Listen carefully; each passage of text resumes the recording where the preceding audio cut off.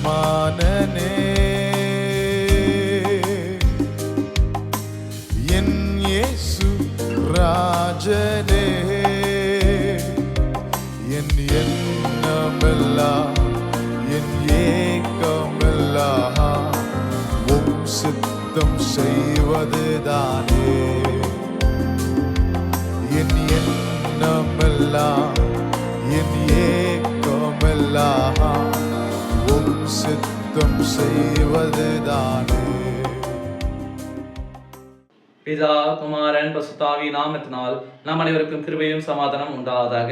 ஆமீன். இந்த ஆசீர்வாதமான ஜெப தியான வேலையில வந்திருக்கிறவங்களை கடவுள் ஆசீர்வதிப்பாராக. ஒரு சகோதரருக்கு திரைத்துறையில் சாதிக்க வேண்டும் என்று சொல்லி ஒரு மிகப்பெரிய ஆசை இருந்தது. எனவே அந்த சகோதரன் என்ன செய்வென்றால் இந்த திரைக்கதைகளை மிக அருமையாக உருவாக்குவார். ஒரு முறை அந்த சகோதரர் ஒரு நல்ல ஒரு திரைக்கதையை உருவாக்கி அதை தனக்கு தெரிந்த ஒரு உயர்ந்த மனிதரிடமாக இப்ப கொடுக்கிறாரு. அந்த மனிதர் அதை வாங்கி வைத்து விட்டு ஒரு நீண்ட காலங்களுக்கு பிற்பாடு அந்த திரைக்கதையை அந்த மனிதன் என்ன பண்றாரு, அதை வைத்து ஒரு திரைப்படத்தை உருவாக்கி விடுறாரு. ஆனால் அதை எழுதினது வேற ஒரு நண்பர், ஆனால் அதை எடுத்தது வேற ஒரு மனிதன். அப்போ இதை நாம் பார்க்கின்ற பொழுது நம்முடைய யோசனைகளை நம்முடைய செயல்களை நாம இன்னொரு மனுஷங்கிட்ட நம்ம பகிரும் பொழுது அந்த மனுஷன் அதை வைத்து தான் எப்படி லாபம் பெறுவதுன்னு சொல்லி யோசிக்கிறான். அப்போ நாம என்னதான் ஒரு மனுஷன் மீது ஒரு நம்பிக்கையா இருந்தாலும் மனுஷனை நம்பினாலும் அந்த மனுஷன் என்ன செய்கிறான் என்றால் நம்முடைய யோசனைகளை நம்முடைய செயல்களை வைத்து தான் எப்படி மேலே வர வேண்டும் சொல்லி பார்க்கிறார்கள். அப்ப இந்த நேரத்துல நாம் என்ன செய்ய வேண்டும்? இப்படிப்பட்ட நேரத்தில் நாம் எப்படி இருக்க வேண்டும்? இனி நாம் மனிதனை நாம நம்பாமல் மனிதனிடத்துல நம்முடைய யோசனைகள் நம்முடைய சிந்தனைகள் எல்லாவற்றையும் முழுவதுமா நம்ம செய்யக்கூடாது, கொடுக்க கூடாது. அப்போ நம்ம அதை யாருக்கிட்ட கொடுக்கணும்? அதை வைத்து யார் நமக்கு உதவி செய்வார்கள்? அதை வைத்து நம்ம மேலே வருவதற்கு யார் நமக்கு துணையா இருப்பார்கள் சொல்லி சற்று சிந்தித்து பார்க்க வேண்டும். அப்படி நம்ம பார்க்கின்ற பொழுது மனிதனை அல்ல, கடவுளை நாம நம்ப வேண்டும். கர்த்தரிடத்துல நம்முடைய காரியங்களை நம்முடைய யோசனைகளை நம்முடைய செயல்களை நாம ஒப்படைக்க வேண்டும். கடவுள் அதை கொண்டு பெரிய காரியங்களை செய்ய வல்லவராயிருக்கிறார். கடவுள் நம்முடைய நினைவுகளை நிறைவாக்க வல்லவராயிருக்கிறார்.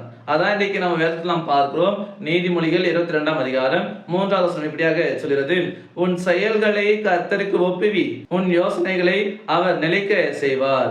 ஆம் எனக்கு அன்பானவர்களே, இன்றைக்கு நாம் பார்க்கின்ற பொழுது வசனம் சொல்லுது, உன் செயல்களை கர்த்தரிடத்தில் ஒப்புவி, அவர் உன் யோசனைகளை அவர் நிலைக்க செய்வார். இந்த வேத வார்த்தை பிரகாரமாக நாம இனி வரக்கூடிய காலங்களில் நம்முடைய யோசனைகளை நம்முடைய செயல்களை நாம கர்த்தரிடத்துல ஒப்புவிப்போம், கர்த்தரிடத்துல நாம கொடுத்து விடுவோம். கடவுள் அதை நிறைவாக்க வல்லவராயிருக்கிறார். இனி ஒருபோதும் ஒரு காலம் நம்முடைய யோசனைகள் எதையும் முழுவதுமாக மற்ற மனிதத்துல நம்ம பகிர்ந்து கொள்ளாமல் இருப்போம். ஆண்டவரிடத்தில் நாம் முழுவதுமாய் நாம ஒப்புவித்து விடுவோம். ஏனென்றால் நமது ஆண்டவர் நம்மை அறிந்தவராயிருக்கிறார், நம்முடைய இதயத்தின் ஆழத்தை அறிந்தவராயிருக்கிறார், நம்முடைய நினைவுகளை அறிந்திருக்கிறார், நம்முடைய யோசனைகளை அறிந்திருக்கிறார், எல்லாவற்றையும் அவர் அறிந்திருக்கின்றவராயிருக்கிறார். நம்மை அறிந்த நம்முடைய இதயத்தை ஆராய்ந்து அறிந்த ஆண்டவரிடத்தில் நம்முடைய செயல்களை யோசனைகளை ஒப்புவித்து அவருடைய ஒத்தாசையினாலே எல்லாவற்றையும் நேர்த்தியாய் செய்து முடித்து மேன்மையாய் இருப்பதற்கு எல்லாவற்றிலும் வெற்றி பெறுவதற்கு தூய ஆவியானவர் நமக்கு உதவி செய்வாராக. ஆமீன். எல்லாவற்றுக்கும் மேலான தெய்வீக சமாதானம் உங்கள் இருதயங்களையும் சிந்தனைகளையும் கிறிஸ்து இயேசுவுக்குள் காத்துக் கொள்வாராக. ஆமீன். யாவர் கண்களை மூடி நாம் ஜெபிப்போம்.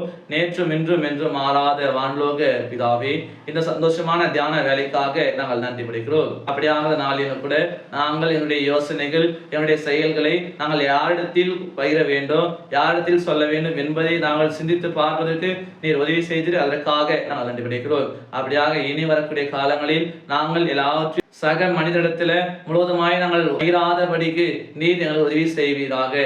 அப்படியாக எல்லாவற்றையும் நாங்கள் உங்களுடைய பாதத்தில் வைத்து உங்களுடைய ஒத்தாசினாலே நாங்கள் எல்லாவற்றிலும் வெற்றி பெறுவதற்கு நீர் எங்களுக்கு உதவி செய்திட வேண்டுமாய் நாங்கள் வேண்டி நிற்கிறோம். என்னுடைய வாழ்வில் தடைப்பட்டிருக்கிற நடைபெறாமல் இருக்கிற எல்லா விதமான நன்மைகளை ஏற்ற காலத்தில் நீர் கொடுக்க வேண்டுமாய் கூட நாங்கள் வேண்டி நிற்கிறோம். நீர் எல்லாவற்றையும் அதன் காலத்தில் நேர்த்தியாய் செய்ய வல்லவராய் இருக்கிறீர் என்று நாங்கள் விசுவாசிக்கிறோம். அப்படியாக எங்களுடைய விசுவாசத்தின்படியாக நீர் எங்களுக்கு மனம் இறங்கும்படியாக எங்களுடைய காரியங்களை எங்களுக்கு வாய்க்கு செய்ய வேண்டுமாய் கூட நாங்கள் வேண்டி நிற்கிறோம். என்னுடைய பயணங்கள் வேலைகள் எல்லாவற்றையும் நீர் பொறுப்பெடுத்து கொள்ளும். நித்தமும் நீர் எங்களை கரைப்பிடித்து நடத்துவீராக.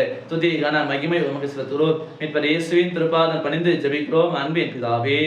ஆமீன். அனைவருக்கும் ஸ்தோத்திரம். கடவுள் உங்களை ஆசீர்வதிப்பாராக. ஆமீன்.